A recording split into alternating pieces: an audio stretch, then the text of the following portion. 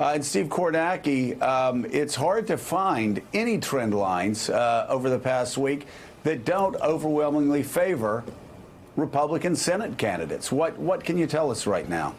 Yeah, I mean, especially when you say on the Senate side, and I think we have to go into the discussion of the Senate just acknowledging the battleground there to begin with is already on Trump territory, largely. It's 10 Democrats trying to defend seats in Trump states, one Republican trying to defend a seat in a Clinton state, Heller in Nevada. But the biggest movement, I think the most significant movement potentially we're seeing on the Senate front, the one that jumps out is Tennessee. Tennessee was sort of this surprise target that emerged for Democrats over the summer. Phil Bredesen, very personally popular former governor, not too attached to his national party's image within the state. He unexpectedly got in the Senate race. He has led in polls in the spring and summer, led in our own NBC News Marist poll. But in the last week, we've seen two separate polls come out in Tennessee now, one that shows him falling behind by 5 points, one that shows him falling behind by 8 points. There's another one that's sort of in the field right now. I'm very interested to see what the final result there is. If we've got three showing a pretty steady gap there for Bredesen, then I think we start to say something significant maybe has changed in that race. And again, this is one of those, when you're a Democrat trying to stitch together a path to a Senate majority,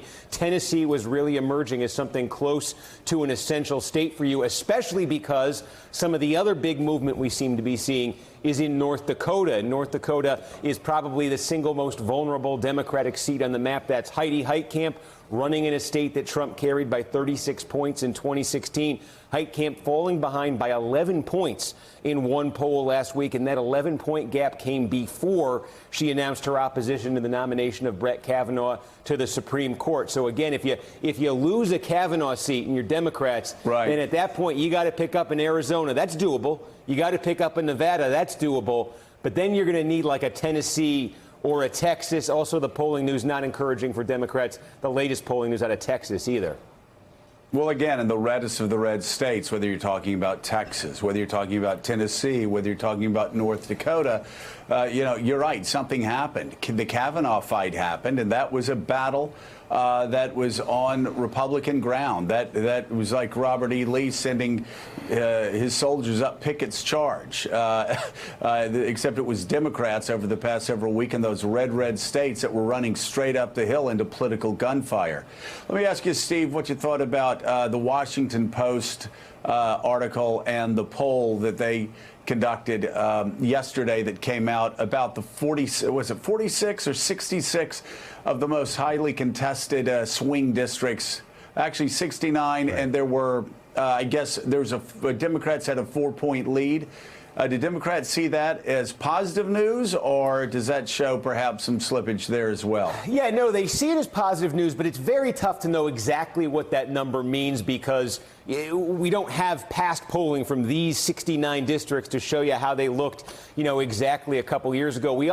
It would be helpful if you're going to sort of take an assortment of 69 districts, instead of getting a number from across those 69, I'd be curious to get the individual race numbers, because one possibility there is, is there a handful of districts, particularly these suburban districts that Republicans represent, but that Hillary Clinton won in 2016?